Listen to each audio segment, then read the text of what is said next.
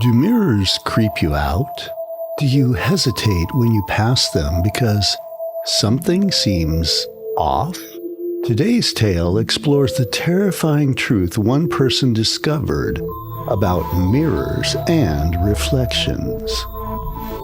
I always thought mirrors were harmless, just polished glass, something you glance at before heading out the door. But that was before the antique mirror, before the whispers, before I realized that the thing staring back at me wasn't really me. At first, it was just little things, a delay, a blink that happened just a second too late, a smile I never made. I told myself I was tired, that I was imagining it. But you can only ignore a lie for so long before it starts to feel like the truth. I should have gotten rid of the mirror. I should have smashed it the first night I heard it speak my name. But I didn't. I stood there and I listened. And now I'm not sure which side of the glass is real anymore. They say curiosity killed the cat. But they don't tell you about the moments before death, the way curiosity first seduces, then traps, then slowly, methodically destroys. I'm telling you this as a warning, a confession, a desperate attempt to make sense of what happened to me. If you're reading this and you own a mirror, any mirror, take a long, hard look at your reflection tonight. Make sure it blinks when you do. Make sure it leaves when you walk away. Make sure it's still just a reflection. The beginning. My name is Eli Matthews, 29 years old, night shift worker at the local hospital data center. Not exactly a social butterfly, just me and my small one-bedroom apartment on the 5th floor of a forgettable building in a forgettable part of town. The kind of place where neighbors don't make eye contact in the hallway. The kind of life where days blur together like watercolors left in the rain. I didn't have many friends, just acquaintances from work who occasionally invited me for drinks. I usually declined.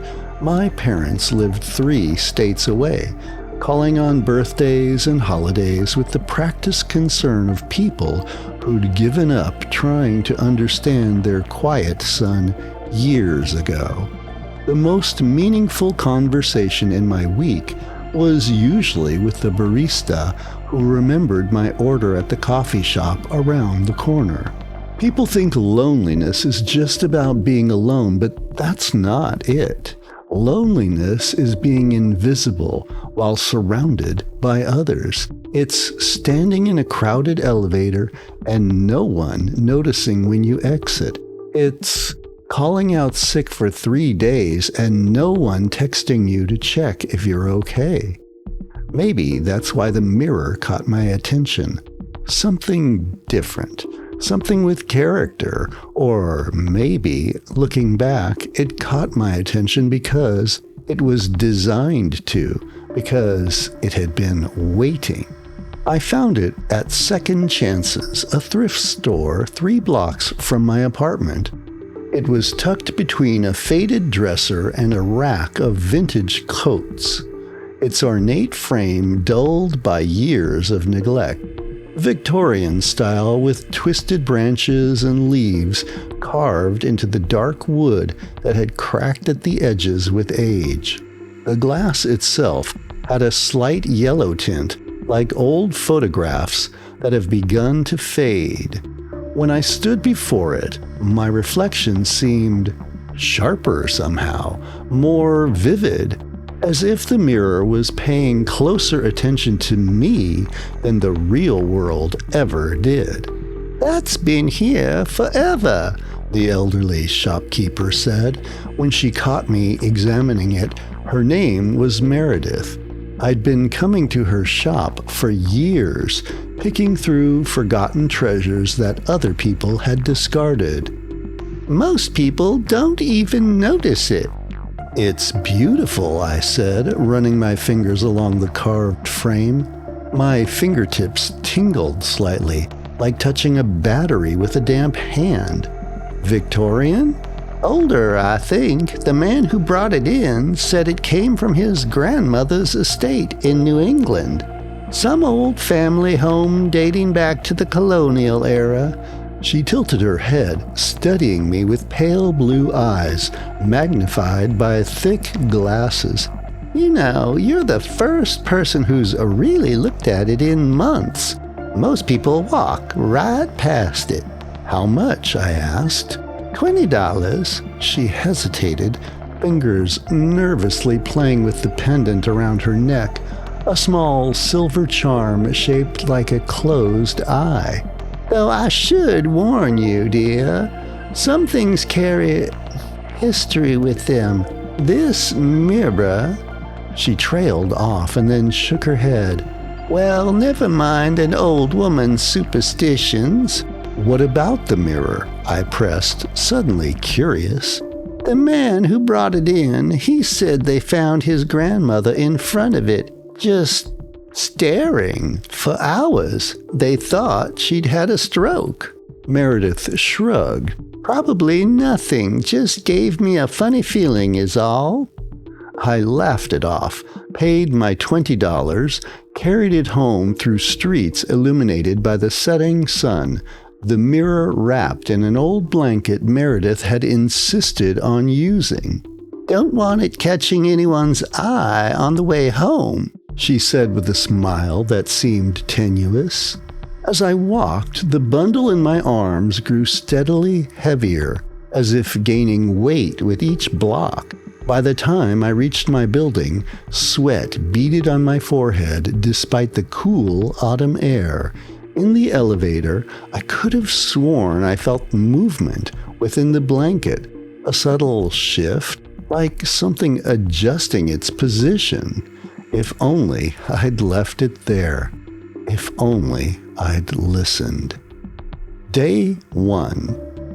I spent an hour finding the perfect spot for the mirror, finally settling on the wall opposite my bed, where morning light would hit it just so. As I hung it, the frame seemed to settle into place with an odd finality, like a key clicking into a lock. For a moment, just a moment, I could have sworn the reflection showed a room that wasn't quite mine. Same layout, but with shadows that fell at impossible angles. I blinked, and everything was normal. That night, I dreamt of glass hallways that stretched into infinity, of running down corridors where my reflections ran alongside me, sometimes mimicking my movements, sometimes not. I woke, drenched in sweat, the sheets twisted around my legs like restraints. The first real incident happened exactly 27 hours after I hung the mirror. Nothing dramatic, nothing I couldn't rationalize away. I was getting ready for my shift, adjusting my collar, when I turned away from the mirror. Just as I turned, I caught it. My reflection lingered for half a second too long before following my movement. I froze. Looked back, everything normal. Still, my skin prickled with goosebumps, that animal instinct that warns of predators watching from the shadows. Just tired, I told myself. Working nights messes with your perception. After all, the human mind is designed to find patterns, to see faces in random shapes, to sense eyes where there are none. We're hardwired for paranoia, survival mechanism from when we were prey more often than predators. But that night at work, I couldn't shake the unease crawling under my skin. The fluorescent lights of the data center buzzed like insects, and every reflective surface Computer screens, glass doors, the polished elevator buttons made my heart skip. I caught myself avoiding the bathroom. With its wall of mirrors above the sinks. "You look like hell," my coworker Diane commented, sliding a cup of coffee across the desk to me.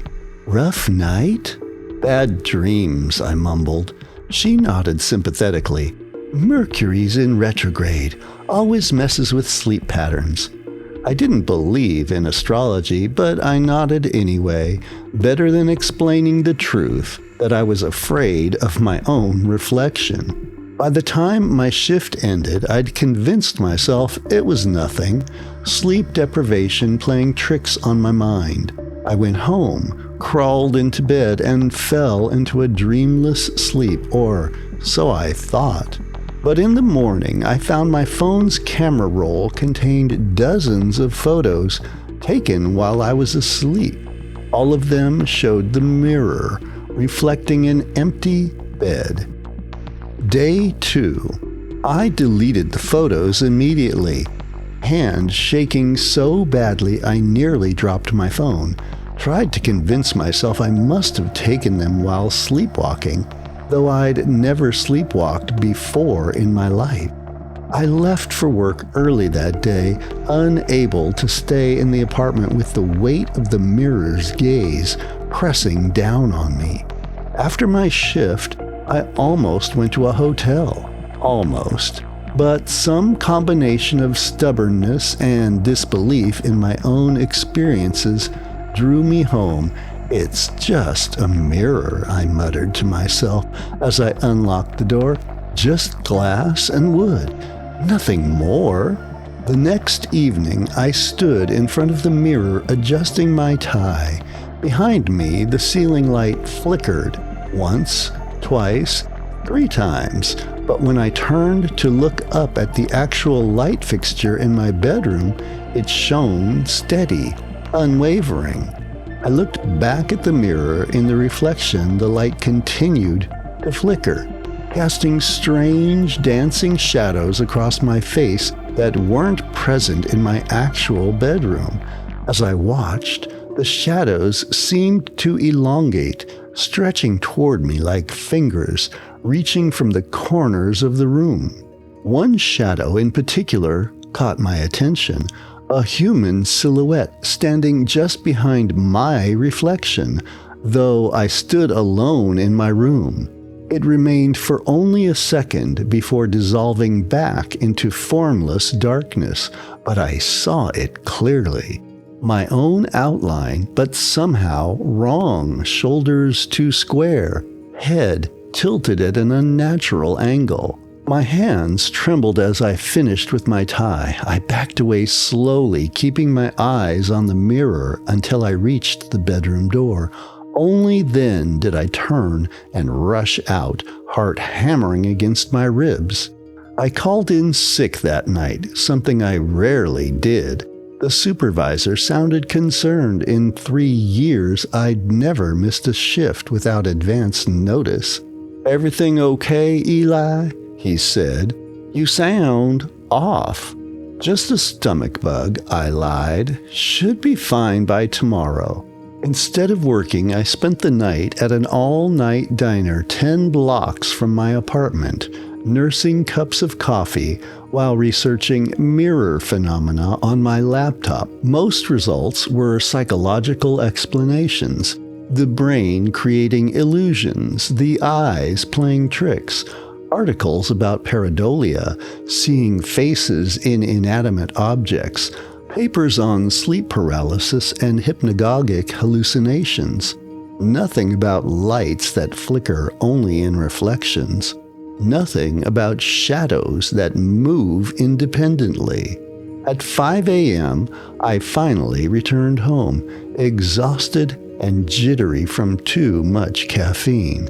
In the gray, pre-dawn light, the mirror looked harmless. Just an antique with an interesting frame. I approached it cautiously, studying my reflection. Normal. Tired eyes, stubble forming on my jaw, hair must from running my hands through it repeatedly. Just me. I came close enough to touch the glass, my fingertips hovering inches away.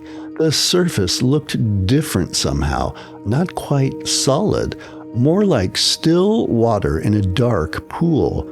For a second, I thought I saw ripples spreading from where my fingers almost touched the mirror.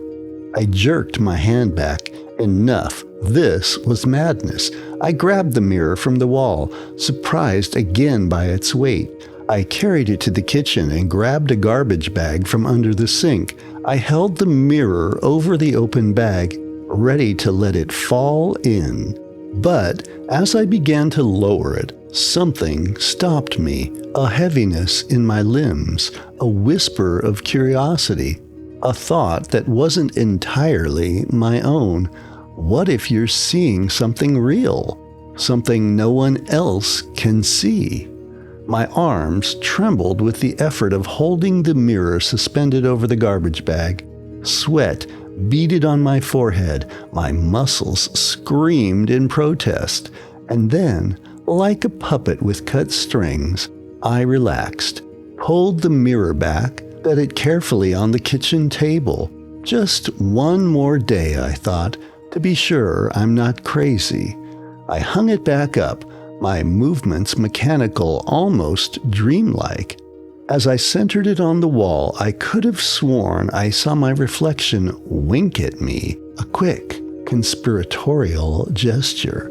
But when I blinked and looked again, it was just me, wide-eyed and pale, hand frozen in the act of adjusting the frame. Day 3. The worst day, the point of no return. I called in sick again. My supervisor was less understanding this time. "Matthews, that's 2 nights in a row. We need documentation if this goes to 3. "I understand," I said, not really listening. I was watching my reflection in the chrome of my toaster, making sure it moved when I did.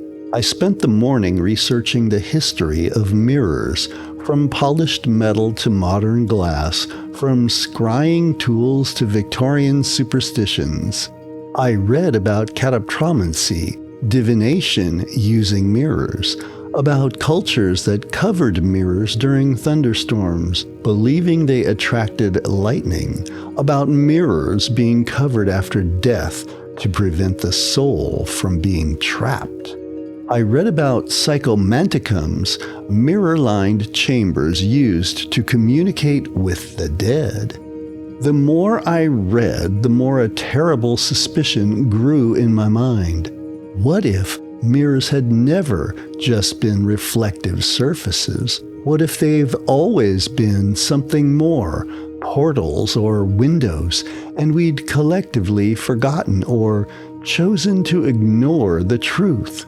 By evening, I'd worked myself into a state of feverish anxiety. I paced my apartment, avoiding my bedroom, avoiding the mirror, but its presence pressed against my awareness like a physical weight, like a splinter in my mind.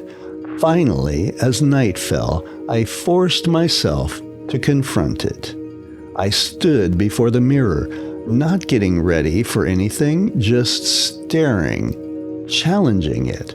My expression was deliberately neutral. Arms crossed, eyes narrowed in suspicion. That's when it happened. My reflection smiled. Not me, it.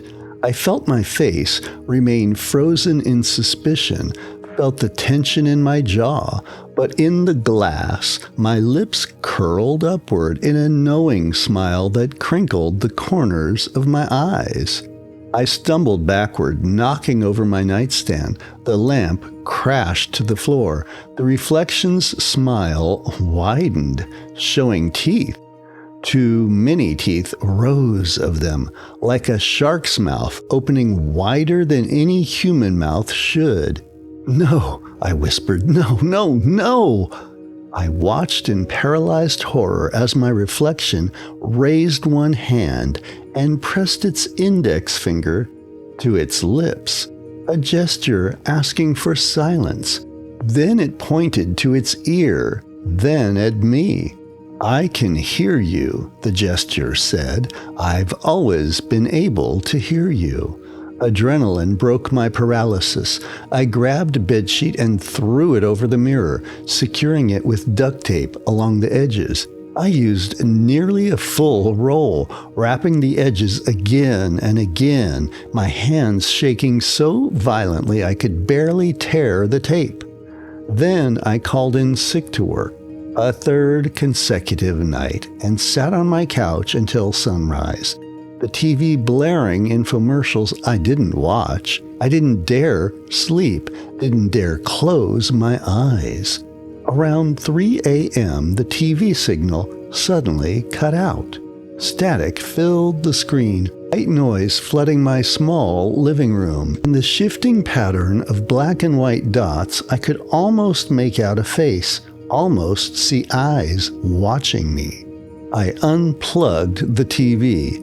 That's when I heard it for the first time, underneath the sudden silence, beneath the hum of my refrigerator. Whispers, muffled like someone speaking through glass or underwater, indistinct words that seemed to form my name. Eli, Eli. I turned on all the lights, played music from my phone, put in earbuds, tried to drown out the whispers that seemed to come from everywhere and nowhere. Eli, I see you. Eli, let me out. Let me in. Around dawn, exhaustion finally won. I passed out on the couch, earbuds still playing music at full volume. I dreamed of a world beyond the mirror, a cold place of inverted architecture and wrong angles. I dreamed of myself, trapped there, pounding on the glass as something wearing my face walked away, smiling. When I woke, the sheet had fallen from the mirror. The duct tape lay in neat strips on the floor beneath it, as if carefully removed and placed there. And in the mirror's reflection, all the furniture in my bedroom was arranged backwards. The crossing. I couldn't keep calling in sick. After 3 restless days, I returned to work. My supervisor called me into his office. "You look like hell, Matthews," he said, not unkindly. Dark circles under his eyes suggested he wasn't sleeping much better than I was. "Everything okay at home?" "Fine," I lied. "Just a stomach bug. I'm better now." "Good." He tapped his fingers on his desk, studying me. "Because I need someone reliable on night shift. Too many weird glitches lately." "Glitches?" "System errors, data corruption, surveillance cameras picking up anomalies." He frowned, shaking his head. "Probably just hardware failing. Budget cuts mean no upgrades until next quarter." The data center's quiet hum and repetitive tasks were almost comforting that night. Nothing unexpected, nothing that didn't obey the laws of reality.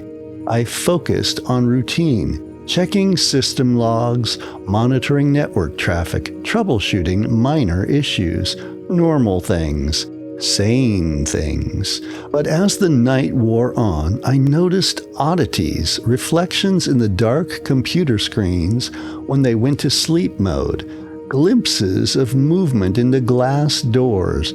Once, passing the server room, I could have sworn I saw someone standing among the racks, someone with my face watching me through the glass wall.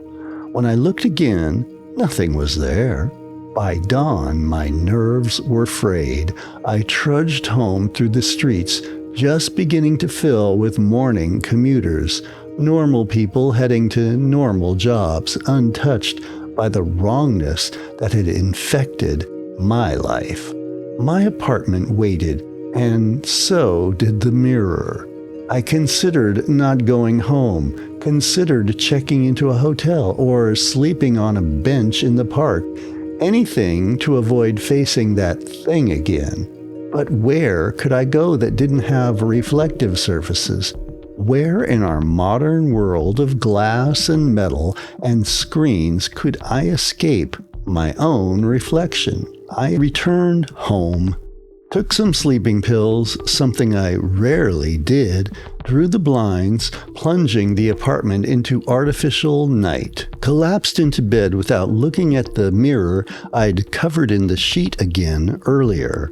That night, I dreamed of drowning in black water that felt like glass, cold and solid until I touched it, then liquid enough to pull me under.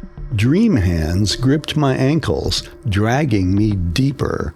They had my face, these creatures in the dark water, my eyes, my mouth, open in a silent scream.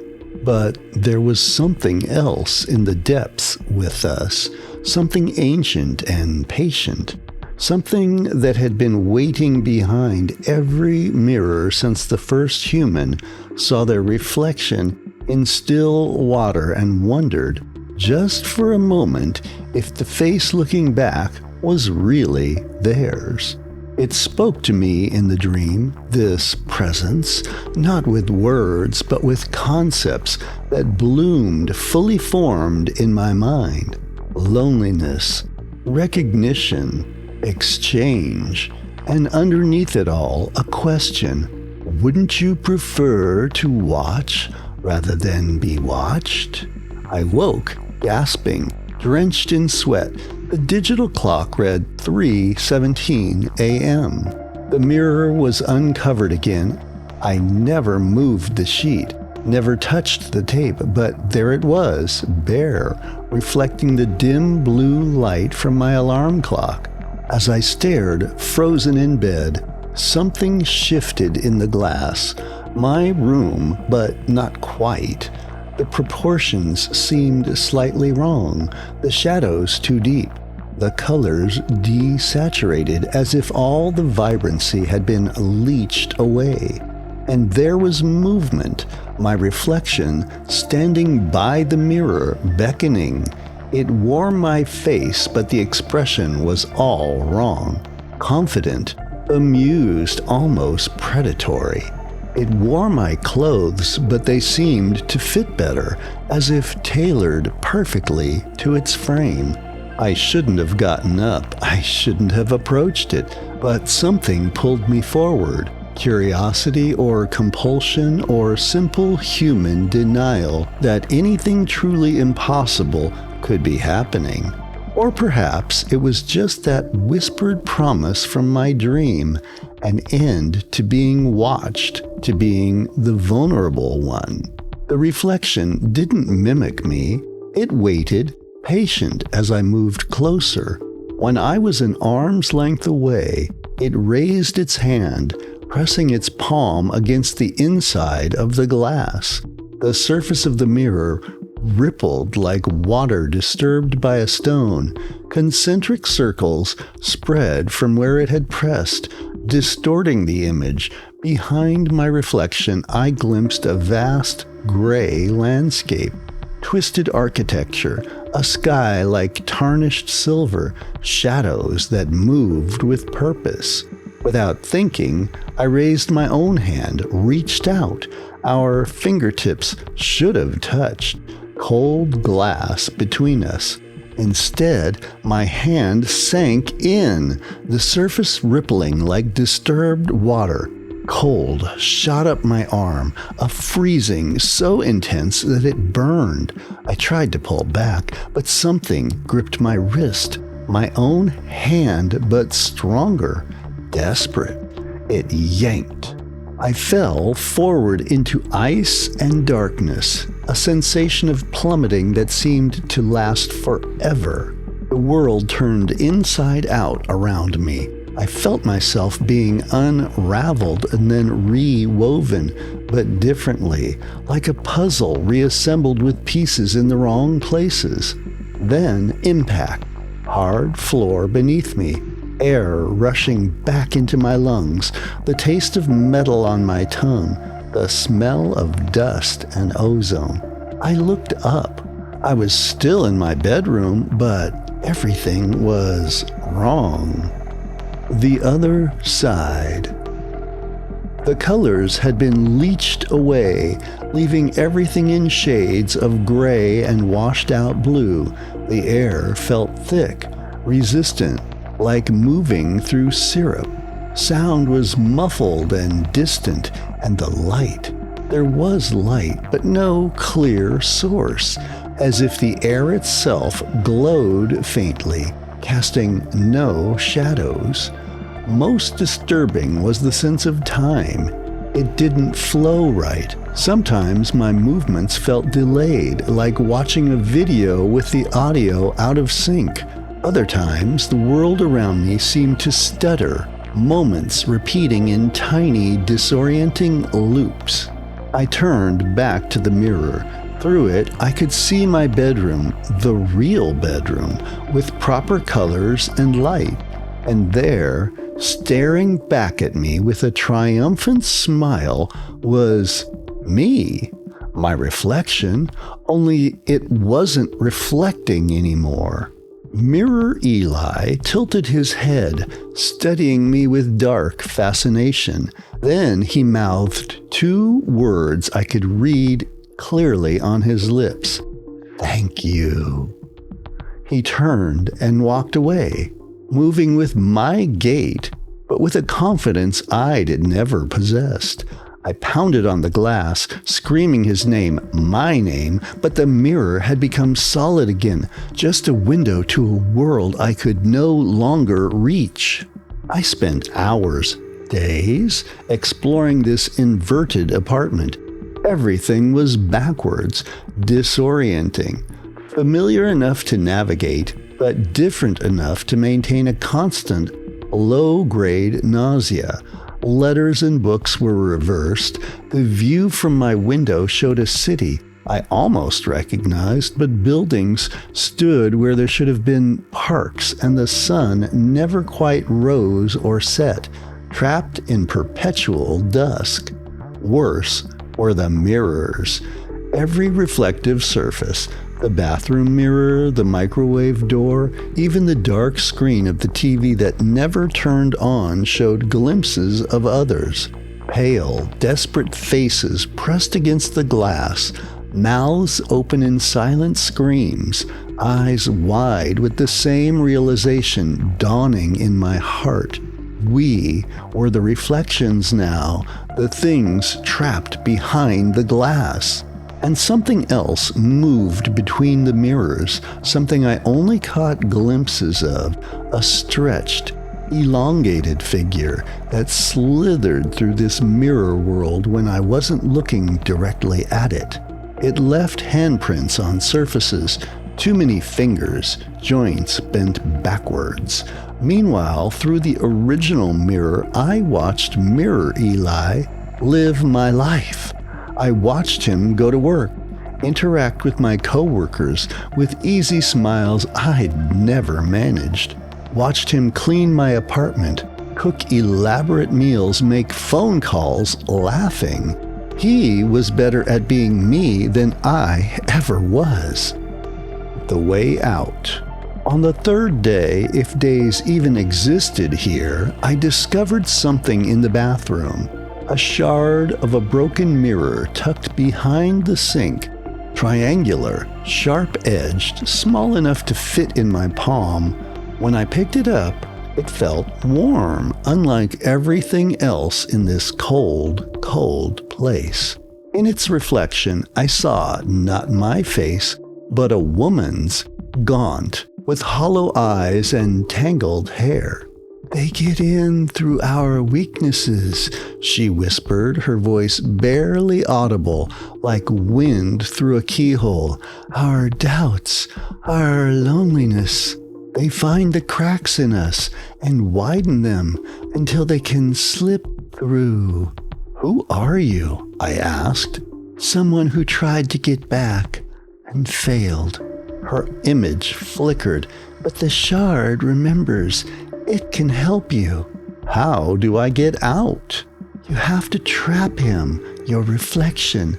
They can only cross when invited.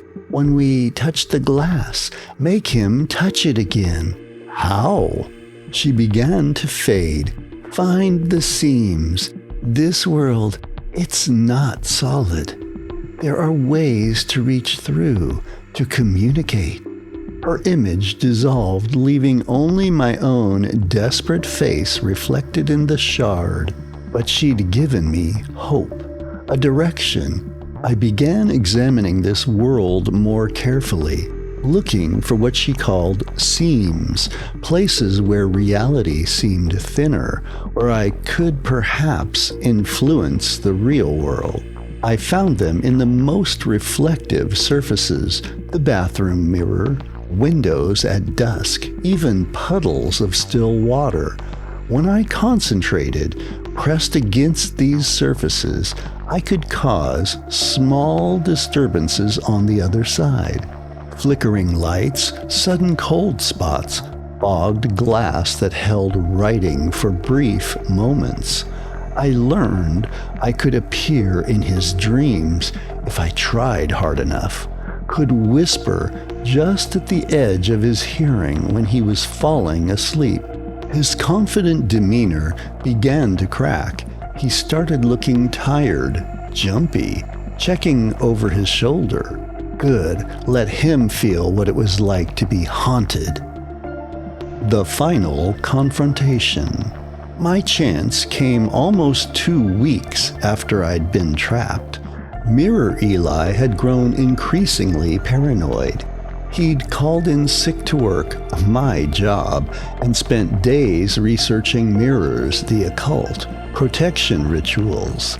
I watched him set up candles around my apartment, painting strange symbols on the walls.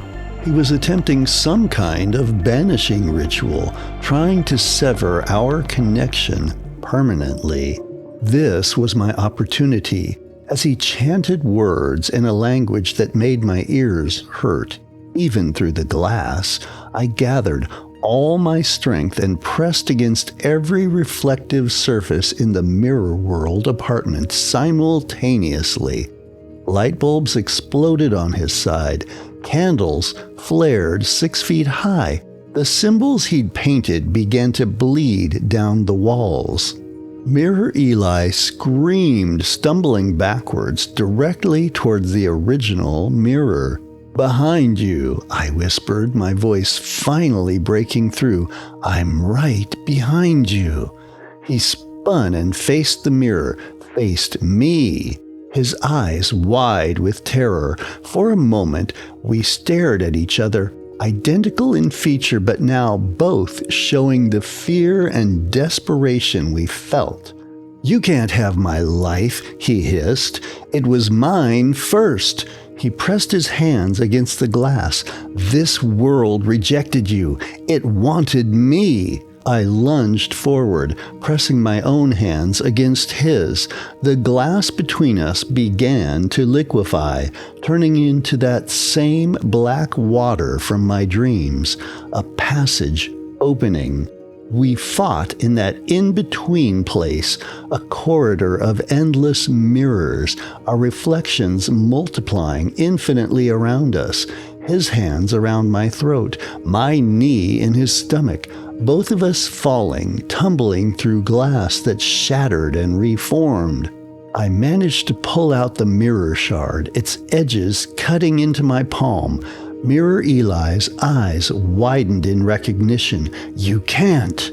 I plunged it into the nearest mirror wall.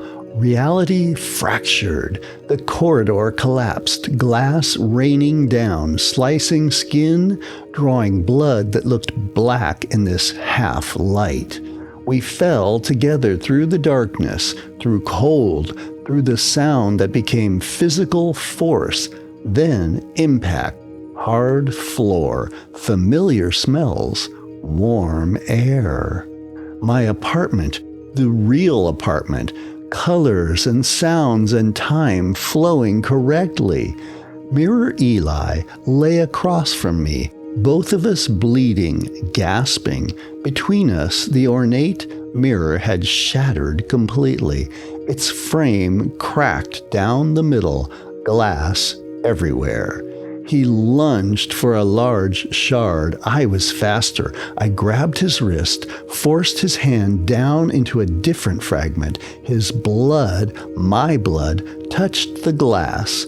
The effect was immediate. His skin began to ripple, turning reflective and fluid.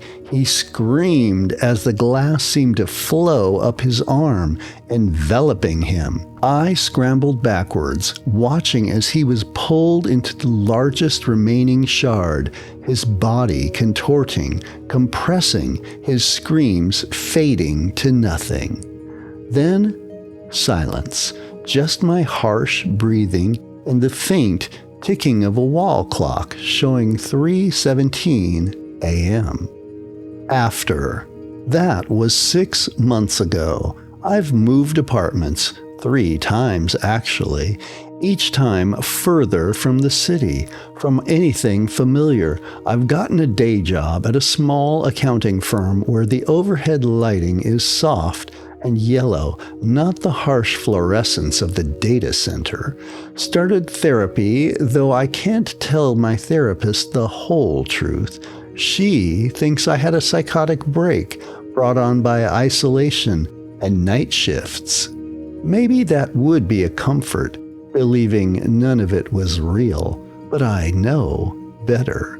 I've gotten rid of all the mirrors in my new place, covered reflective surfaces with cloth or paint, replaced metal fixtures with plastic. I brush my teeth and shave, looking away from the tiny makeup compact. That's all I allow myself now. I've let my beard grow longer than I'd like. It's harder to cut yourself shaving when you can't look at what you're doing. My coworkers think I'm eccentric. My neighbors probably think I'm paranoid. The delivery guy definitely thinks I'm strange with my aluminum foil-covered windows and my insistence that he leave packages on the porch rather than hand them to me directly. His reflective sunglasses are too much of a risk. Maybe I'm paranoid, but that doesn't mean I'm wrong.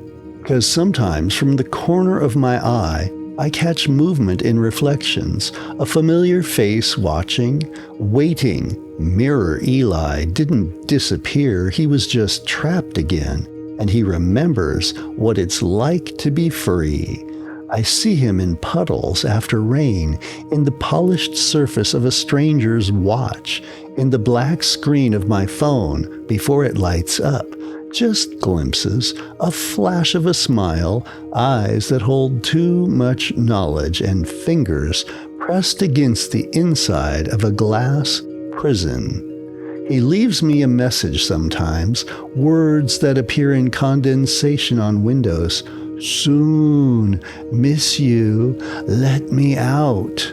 Once, in a public restroom I was forced to use during a power outage at work, I saw him clearly in the mirror above the sink. He looked healthier than when I'd last seen him, stronger, more substantial, as if he was feeding on something in that other world, growing. He smiled at me, that familiar, predatory smile, and mouthed 3 words, "I'll find you." I ran from the bathroom and never went back to that job. I live knowing that all it would take is one moment of weakness, one touch against the wrong reflective surface, one invitation, however unintentional, and he would pull me back into that cold, gray world, while he stepped into the warmth of mine. Last week, I found something in my mailbox, a small package wrapped in brown paper, no return address, no note. Inside was a hand mirror, antique with a familiar carved wooden handle. I recognized the pattern immediately. The same twisted branches and leaves from the frame of the original mirror.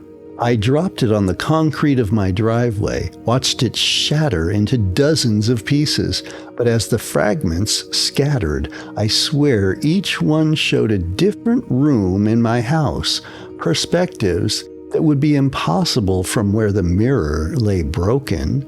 That night, I went through my home with a hammer, breaking anything that could possibly cast a reflection. I stayed awake until dawn, huddled in my bedroom closet with a flashlight clutched to my chest like a talisman. I'm writing this now as a warning, a confession, evidence in case I disappear. Because this morning, when I finally emerged from the closet, I found every broken piece of glass in my home had been carefully swept into a pile in the center of my living room. A pile arranged in the shape of a perfect circle, like a portal waiting to be opened. And when I stepped past it, avoiding the glass, I realized something that turned my blood to ice. I wasn't casting a shadow, but in every fragment of broken mirror, I could see a shadow moving independently of me. My outline, but not quite. Shoulders too square, head tilted at that same unnatural angle I'd glimpsed in the beginning, before all of this started. The mirror is never just a mirror, and the face looking back at you? Look closely. Is it really yours? Thanks for listening to another of my Dark Veil Tales horror stories. I hope you enjoyed it and will leave a like or comment below. I would also encourage you to leave any story ideas, as I'm always looking for new, terrifying tales to tell. Also, be sure to check out the playlist or suggested video showing on the screen and stay for a while.